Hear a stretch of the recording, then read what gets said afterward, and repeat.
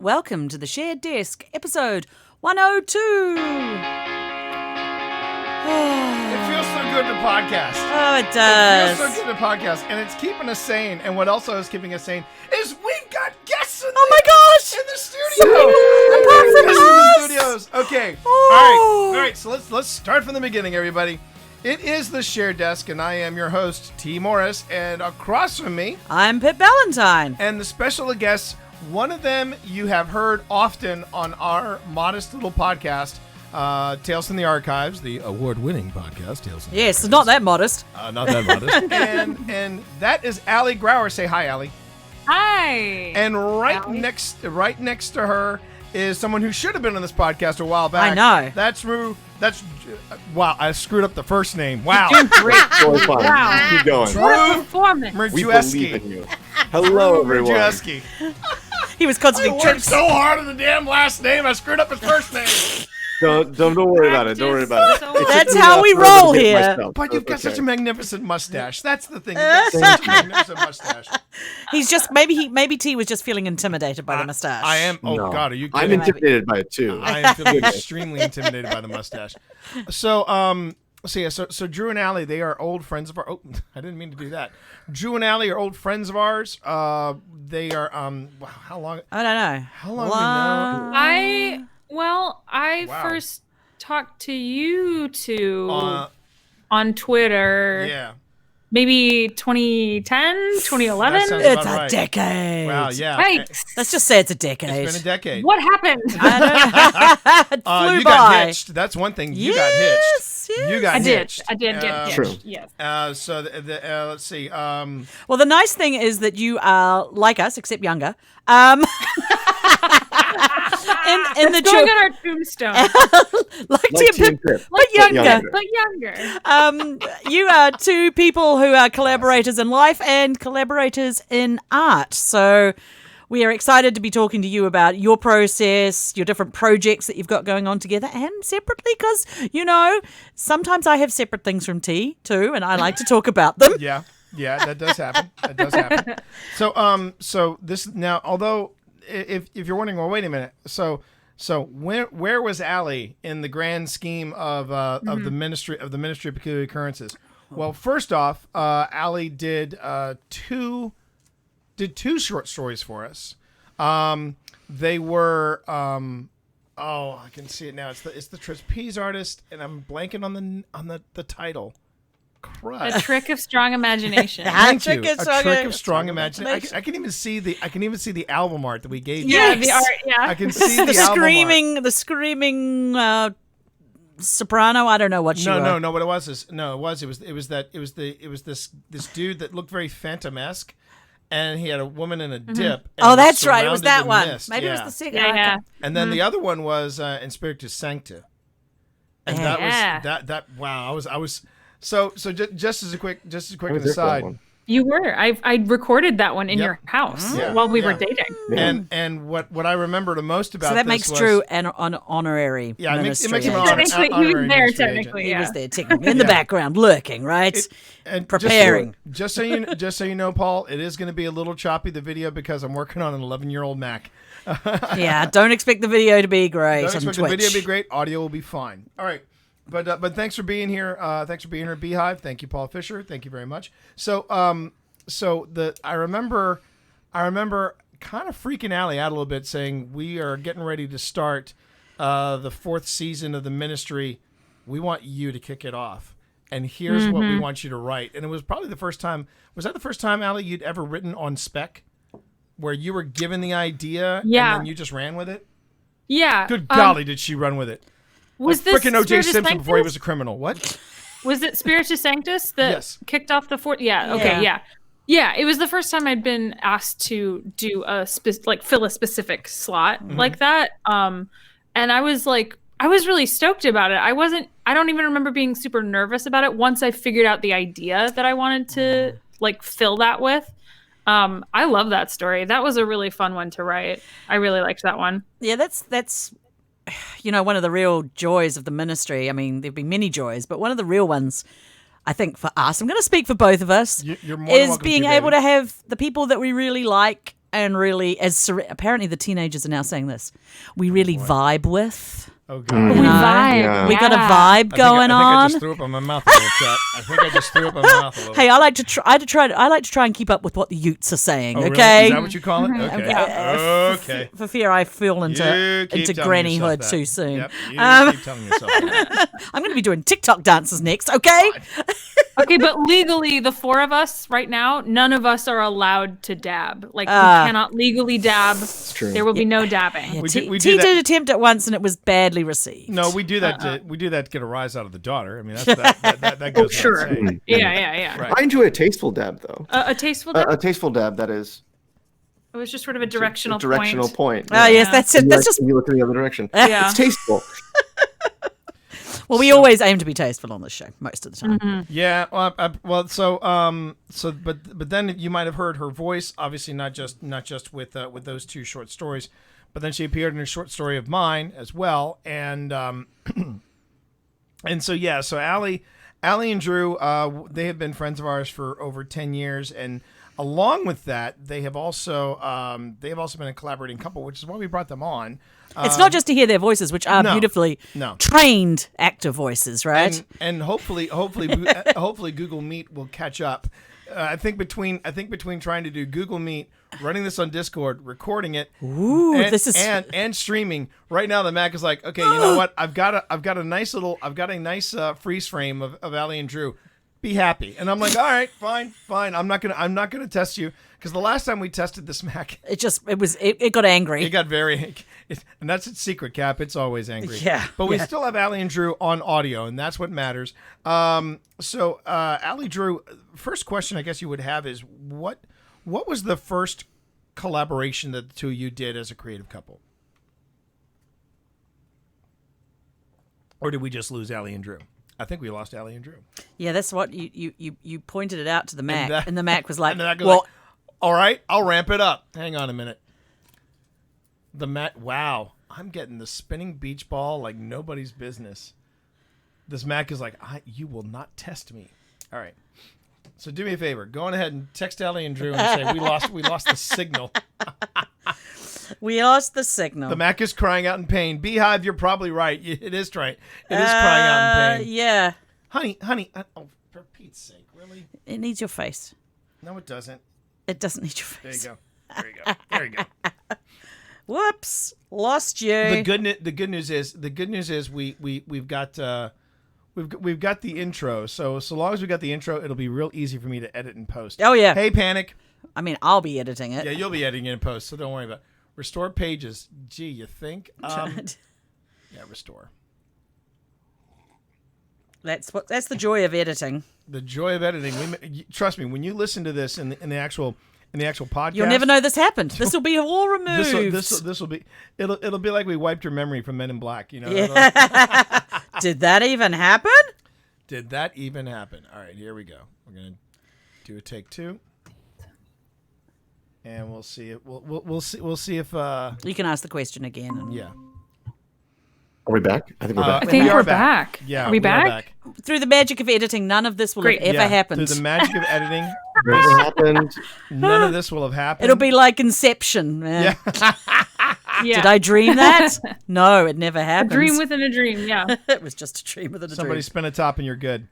Somebody spin a top Yeah. Yeah, and you're make good. sure we're good. So All T right. has a question. So the question is, the first Yes. question is, where do we lose you? We had Pip was saying something about the great thing about the ministry and like the different stories that were being told. Right. Okay, so then you just set off with your question. That should And that's be what I fine. led into the question. Yeah, Perfect. that's Yeah. it. This is gonna Yeah. be so freaking smooth in post. It's gonna be. It's gonna It's like a be butter. smooth. It's gonna be like butter. Like, oh, get the butter. No, It won't be like that. no. It won't be like that. It won't be like that. All right. So the first. So Allie, Drew, we've known you all for about a decade, and I still can't believe it's been a decade. Jeez. That's an amazing. long time. That's an amazing phrase. I know what it is too. I remember I reached out to you, Allie, via Twitter at random, and I think it's because you quoted Shakespeare. Oh. And then So and the then bard brought you all together. Not only did the bard bring us Duh. together, but on top of that, I think it was something I might have mentioned. I I might have said just out of random something like, "We are such stuff as dreams are made on," and Allie went, "Ah!" and then And this she happened. said, "Then this happened, and then this happened, and now it's And this is happening. and now this is happening." So Allie Drew, the first Now question. this is happening. Now this is happening. So Allie Drew, the first question I got for you all is what was your first collaborative project as a creative couple? I honestly remember giving you some collaboration stuff on Spiritus Sanctus.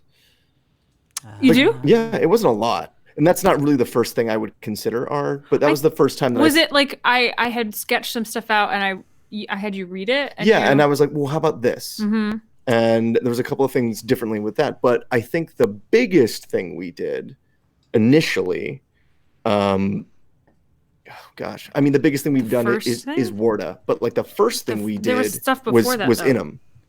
I Oh, thought yeah. the first thing you Was guys not did. Inum. I thought the first thing you guys did was it was a post-apocalyptic Much Ado About Nothing. Wasn't that it? That was after. That was Really? after Actually. Inum, yeah. Yeah. So Oh, wow. Okay. when Drew and I were first dating, around the time of Spiritus Sanctus was being written, we were world building something together that we called Inum. And it is hard to describe, except that it was heavily inspired and influenced by a photo shoot Drew and a bunch of our friends from the Ren Fair did. That was kind of like a bring your own stuff, DIY, post-apocalyptic Robin Hood theme. Ooh. And the photos are so excellent that when the pictures started going up, like the photographers were putting the pictures up on Facebook, and we were all getting notifications. I was so into it that I took each picture in the album and I wrote like a chunk of text about what was going on in the story. And people were like at home shoving popcorn in their mouths while I was typing these things on the photos that they posted from their beautiful photo shoot. And then Drew and I started talking about it, and I was like, I don't know. It was just really inspiring. And he was like, you should write this. And I was like, but I don't really know where to start with it. And it was just kind of like, as the kids say now, a vibe. But then we started talking about it, and Drew kind of kicked down the door of like world building in a collaborative setting for me, which I had never done hither to that point. Like I didn't have any close like writer pals that I worked with. And I didn't really even have a whole lot of people who had read my stuff at that point. Other than my first novel, which had like literally just come out. And so I was it was me being like, I don't wanna. And Drew going, no, it's okay. Come over here, sit down. Let's talk about things. There's no pressure. We can just imagine together and do all this stuff. And I was like, but then we have to share it. And is that okay? I don't know if that's okay. Like people, when you're a writer, you have to do it by yourself. You have to figure it out yourself. And Okay, wait. Drew a was minute. like, Who said this? bunk. Who said this? I know. Where Yeah, are these who rules said written? that, Allie? Is this the same place? Is this It's from rule- movies. Haven't you ever seen movies? Is The this writer is no. by Movies. themselves. Is this the same rule where it's like, okay, I'm a writer. I'm going to go on social media, and everything that I post is going to be the same link going back to my book where you have to buy it? I think it's even older than Yeah. that. I think really. I think older it's than that. It's it's to borrow someone else's phrase, it's brain weasels, right? It's the brain weasels that tell you have to do this on yourself. You have to figure it out on your own. You can't let anyone else tell you their ideas, because then you're using their ideas and not yours, and all of these other weird myth things that I had and ingrained in my brain that I didn't know. and ideas are very, very special. Very, very like Yeah. little diamonds. Yeah, You've got they to need to nurture. be shaped No, ideas are like cultivated. grain that falls on the ground. Ideas is that lint in your pocket. You don't know where it's coming from. But you suspect maybe Yeah. you could make something out of it. I And don't know. you try to get rid of them, and guess what? You reach in your pocket, There's more. more right back. lint. There's more lint. Yeah. More lint. Well, I think it's interesting because so many people who have never done it before, the first-time authors, first-time creatives, they're like, "This is the thing I have made, and I will never make one again. Therefore, it must be special and perfect." Yeah. And Yes. you got to sit there and you go, "No, you're make a new world. You're Yeah. gonna write another book. You're gonna do another story. This is not the last thing you'll ever do, though it feels like it is the last Yes. thing. I'm just gonna say about I would say maybe back in 2008 I said I will never write another podcasting or another For Dummies book. I will never write another For Dummies book. Here we are 10 years later. We are. Yeah. Look at me now, Mom. Never Chad. say never about what you're going to do as a writer. You never Exactly. No, you never know. You really never know. Exactly. And we're on the 4th edition of this. So know. Podcasting for Yeah. dummies, that would be. that would be. for So the podcasters who didn't see that Ding. picture. so Oh, I love the ding. I forgot about the ding. oh yeah, we got the ding. Yeah. But the ding The is always ding there. lives, The man. the The ding ding The lives. ding is on. The ding Ding, is ding, on. ding. So then now along with doing creative projects like this one, like where you started, you've sometimes heard of the danger of collaborating couples. I mean, there's the infamous stories behind Taylor and Burton, who they just it was just gasoline and an open flame, and then of course there's the stories of like Pip and myself, like when. Every time he's going to No, drag no, it it's gonna out be a different story. every Different time. story. Here you go. You don't There's- need to hear this. there's- Bit. there I'll was edit this bit out later in post. It'll just disappear. So when we were working on the original Verity Fitzroy, the very first Verity Fitzroy, and the Curse of the Silver Pharaoh, I basically Pip was like, just take a look at it and just tell me what you think. This was the one time I wanted to kill you. I'll About a book. The one time. About a book. Yeah. Not a book. Okay. And I started tearing it apart. I mean, I was going through it. Just it was bad, and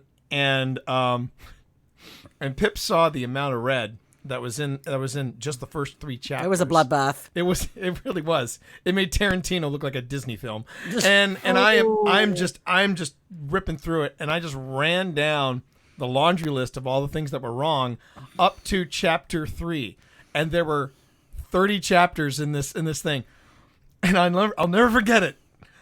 She says, I don't have to sleep in the same bed with you and have you tell me how bad of a writer I am. And she literally flipped over so hard I was naked without sheets, and I was just like, and I went, honey, don't touch me. And I just was like, okay, either A, I take a stand because this has nothing to do with the marriage. This has everything to do with the creativity. Or B, I go and I sleep on the couch. And chat, I took a stand, I grabbed the sheets, and I yanked it back over. And there was a slight tug, and then silence. It was a bit like, kind of like the Armistice Day in World War One. It's not entirely how I The remember next it. morning- I was just lying there thinking about ways to murder You are so but full of it. I decided against it. The next morning, I heard this little mumble. You might be right about some of the things. I was actually lying there thinking. I was lying there thinking about the plot holes and various other things. Have you two ever had something like that happen? That's your story to tell. Yeah. There's always one story, isn't there? Always one. And- So there we And were. they're a youngin' couple. It's so darling. Yeah. So Everybody, there we grab were. your coffee. Grab your coffee. It's story time. We started dating as I kind of said earlier. We started dating like in the months leading up to the release of my first book through a small independent press, and I arguably was extremely naive about the whole thing. Although I had worked very hard both on my own and with the editors and with the whole team, and it felt very professional. And to this day, if my editor came back and was like, "Please work with me again," I'd be like, "Yes, please work with me again," because she was great.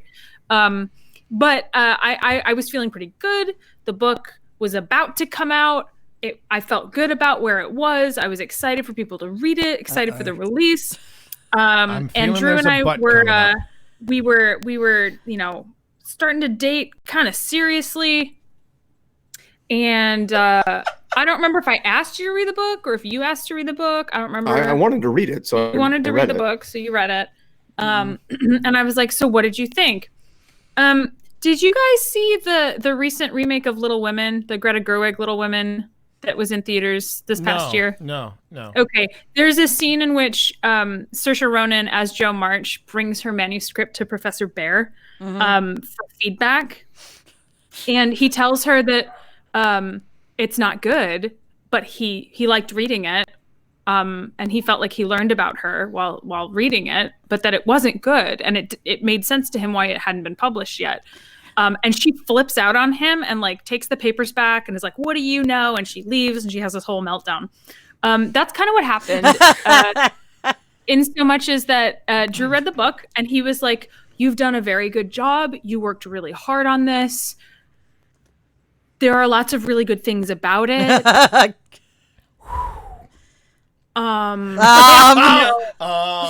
Backing slowly away.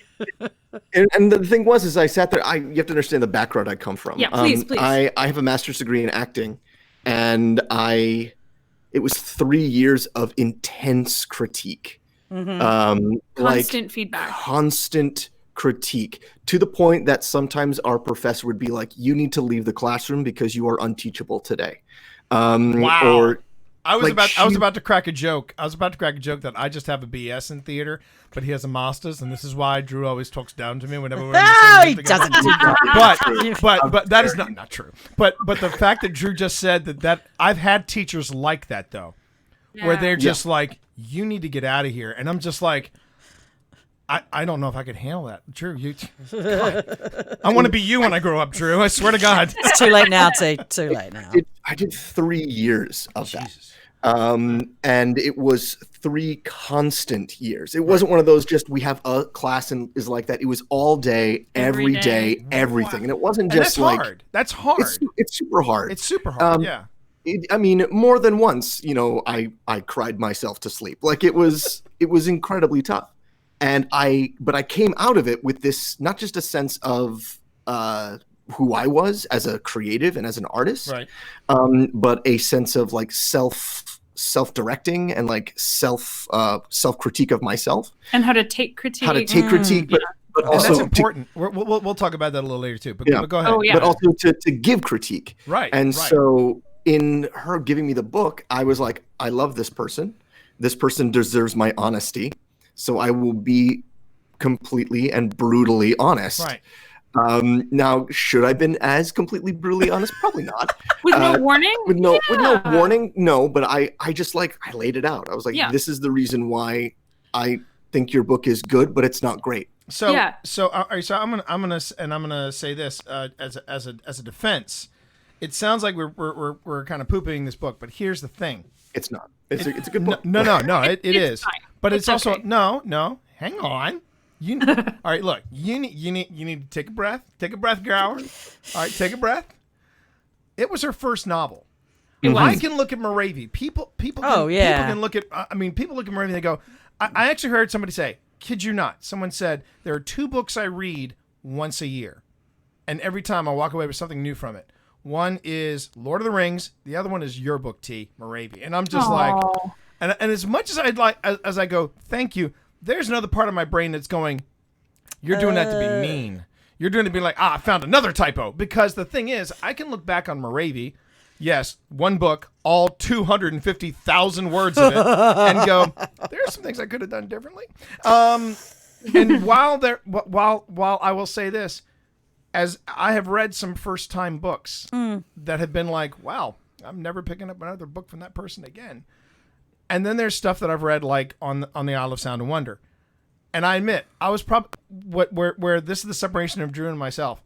Drew was able to read that without rose-colored glasses because I directed Tempest. I have a strong connection to the Tempest, and I really love it.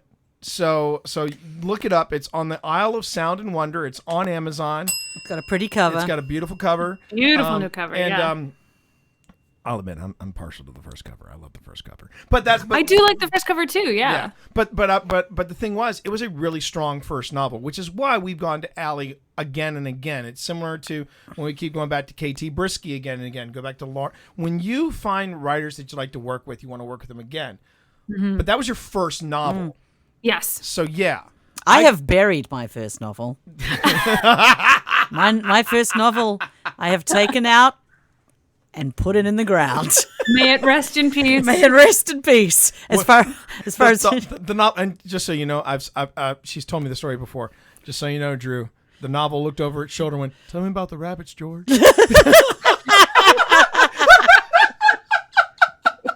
Tell me about the rabbits, George. oh my god. It was Old Yeller. I took it out by the shed. You old yellered the book. I You old old yelled the book.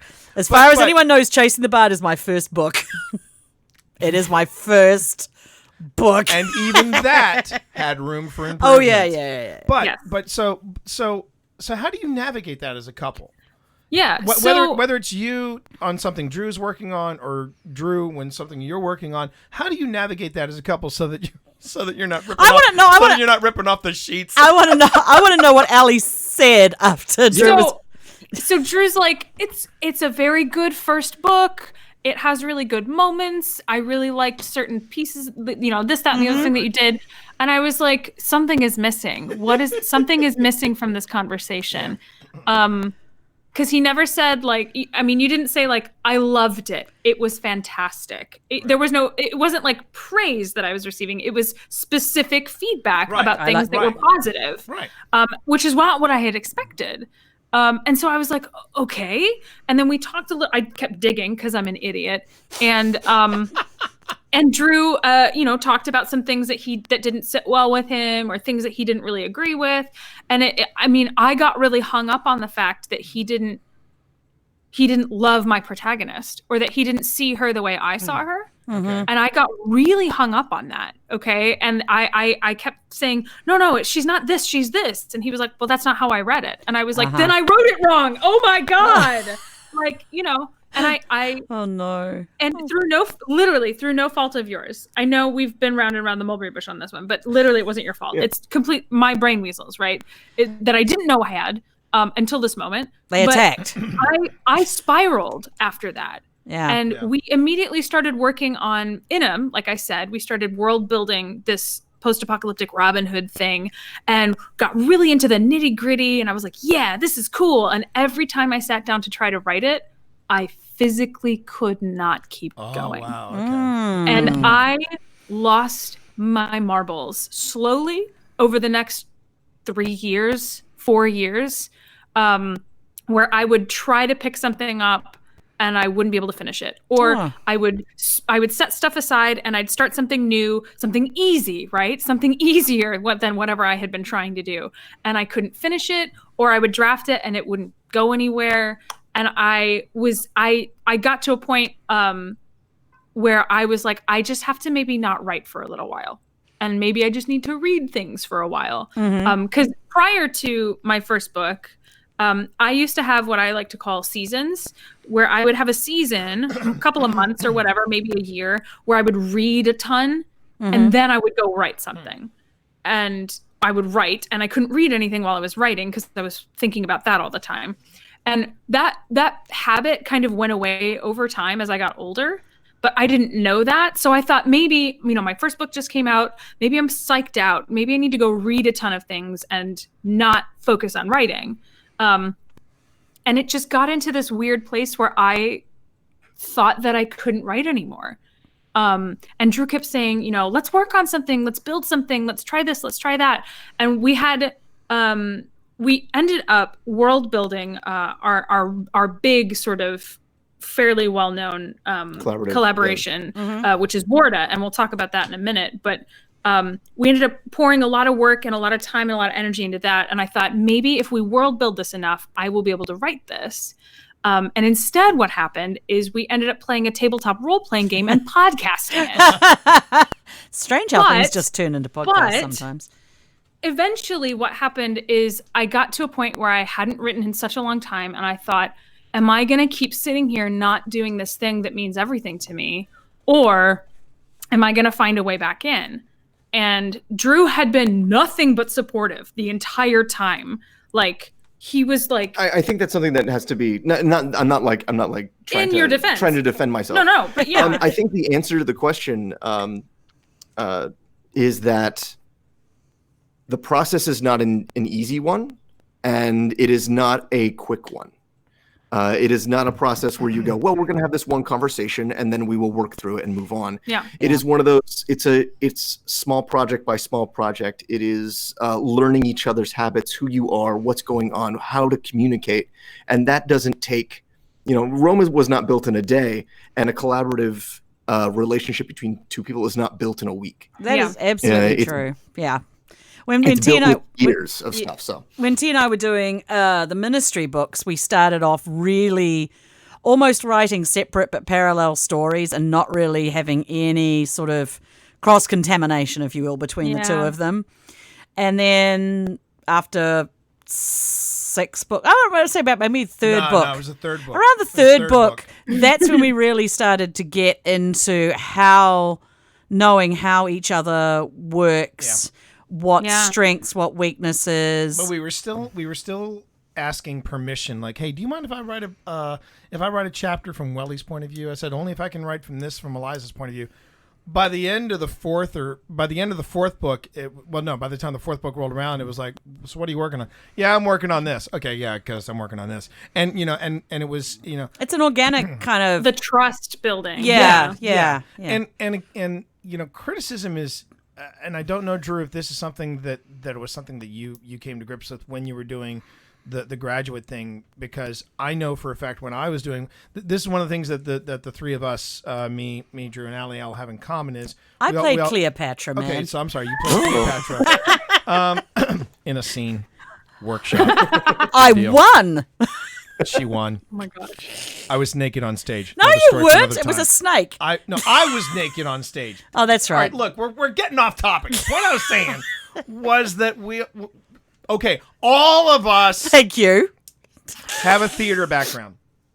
Yes. And the thing that sucks about being in theater is when you ask someone a critique, this is what I noticed too when I went from becoming a professional actor to being a professional writer. When you ask someone a critique, man, you get sunshine blown up your butthole like a lot as an actor. Mm-hmm. But you go to a writing convention and you say, so what'd you think of my short story? Oh man, everybody's a critic. And I'm like, oh, alrighty then. I literally had somebody come up to one of my book signings to go, so I read Moravia in 2 days. Here's what's wrong with it. I went, cool. Great, thank you. And in the back of my mind, yeah, see, Allie. You got a road ahead of you, baby. You got a road. And you know what? Obi-Wan T. Kenobi is right there waiting, okay? It'll be fine. Yeah, we'll be fine. We're going to get through this. But what I was going to say was that you deal with that sort of critique. And by the way, if anybody was wondering, Warda, why does it sound familiar? Page 363, everybody, in your hymnals. Hey. There you go. Yeah. So anyway, but again, it's being able to critique, and there is a way to critique. I've always been under the mindset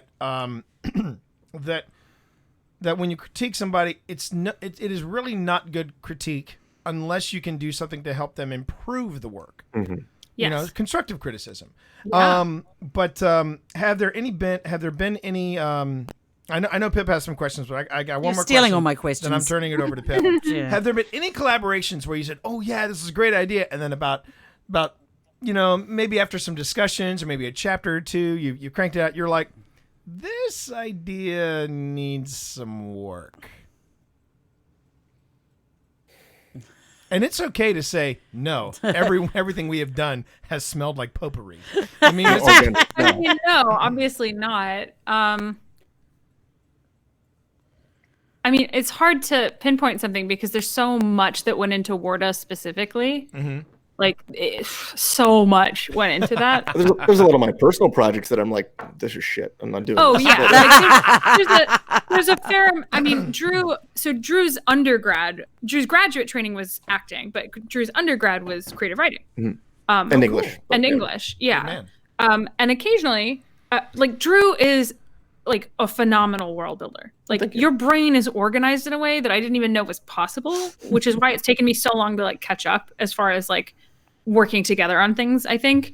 So you're like geared towards starting from scratch, building outward or inward, depending on Whatever which method you're you want to using. use. Okay, so wait, so let me pump up the brakes then, because instead of going, let's talk about something that you didn't want to develop because you knew it was crap.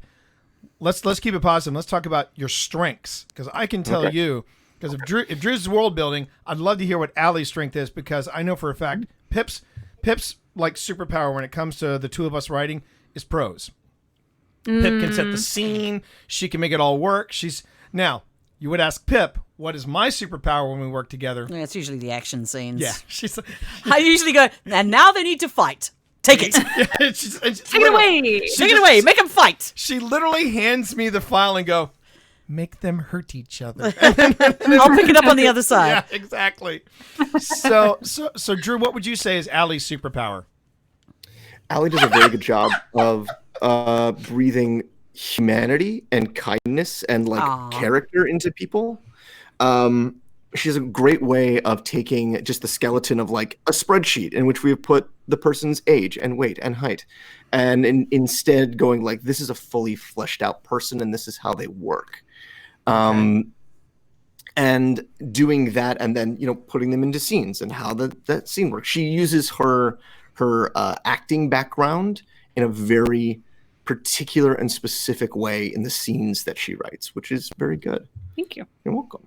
Just coming off that, it makes me wonder. Okay, so I played Cleopatra once, and I did some art and some drama, but I'm not as deep into the acting world as you three are. Is there something specific? Not you, T. You're not allowed to answer this question. The guests are in the house. Good. I'm just here with the bell. Is there something specific that trained actors learn that you think translates well into the written form? Right, I can answer that. Okay, here we go. I'm going to hit you with something. I got a pipe here. I'm going to throw it at you. Smack him. Get a spritz bottle. Spritz him. The way that I was trained as an actor ended up with a lot of improvisation. In particular, I was taught Meisner. And most people know Meisner as the repetition thing. There's that repetition technique that you use in Meisner, and you go back and forth. Most people don't get past that. That's usually like their introduction and their exit to Meisner. Mm-hmm. By the end of Meisner and learning the whole thing, you are really not even doing scenes. You're not like taking Noel Coward and doing a Noel Coward scene. What you're doing is you're stepping into a room with somebody and just living. And you are doing whole scenes with somebody completely extemporaneous off the top of your head with only certain circumstances that you have built, with using all the layered techniques that you've accumulated over the time that you've learned Meisner. And I mean, I have so many stories about brilliant moments that came out of things that I could not have planned and did not want to plan.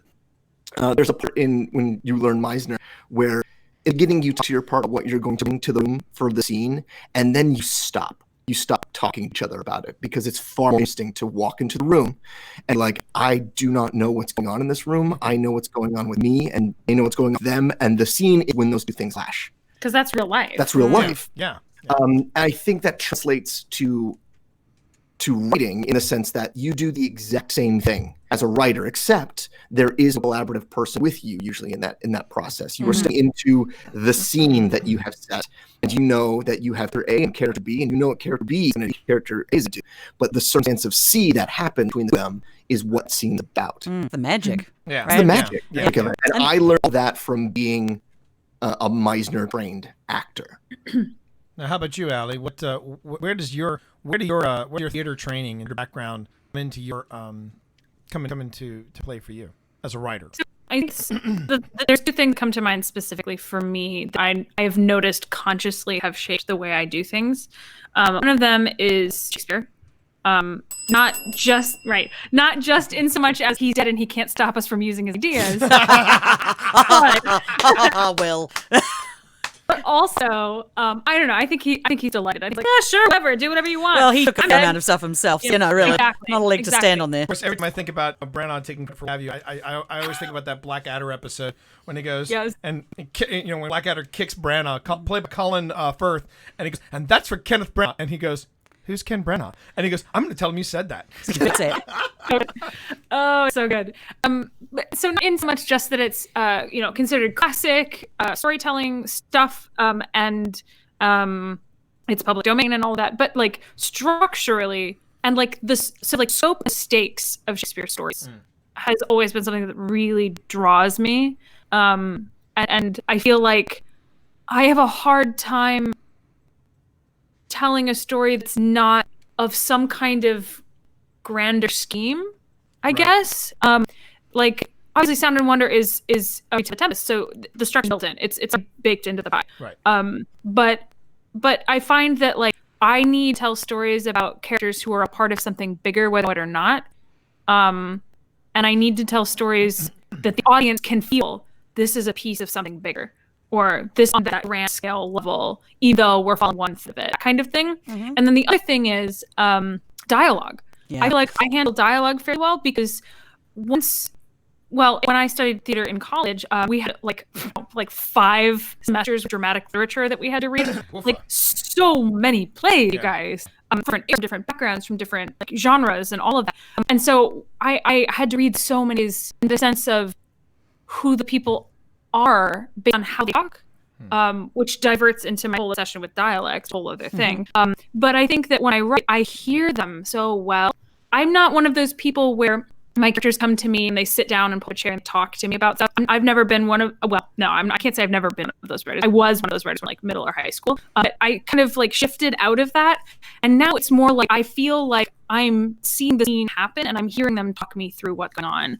Not like, and then I said this and I did that, but like I can hear this of what it should sound like. And then I feel like I use that to feel how I shape the scene around them. Does that make sense? Yeah. it does. Actually, CNT's dialogue is very natural and specific to characters, like to who you are. Yeah. which is really important when you're writing dialogue. And it's funny because Pip and I were just talking about this. One of the great things about, and I know it's going to sound weird, but check with everybody. One of the great things about what's currently happening with COVID-19 and the way it's shutting everything down is always theaters are going, people still need to be entertained. People still need theater. So people have been releasing all this incredible stage performances. And just this week, the theater released Our Name Desire.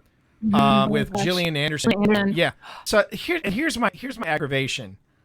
I love Gillian Anderson. I'm watching it going, this is really good. But at the same time, I'm like, it's freaking Tennessee Williams. You do I connect do not connect with, and it frustrates me because he's considered one of the greats. American Shakespeare. Like, I ain't seen it, and I feel like that. And part of the reason why it's not connecting with me is dialogue.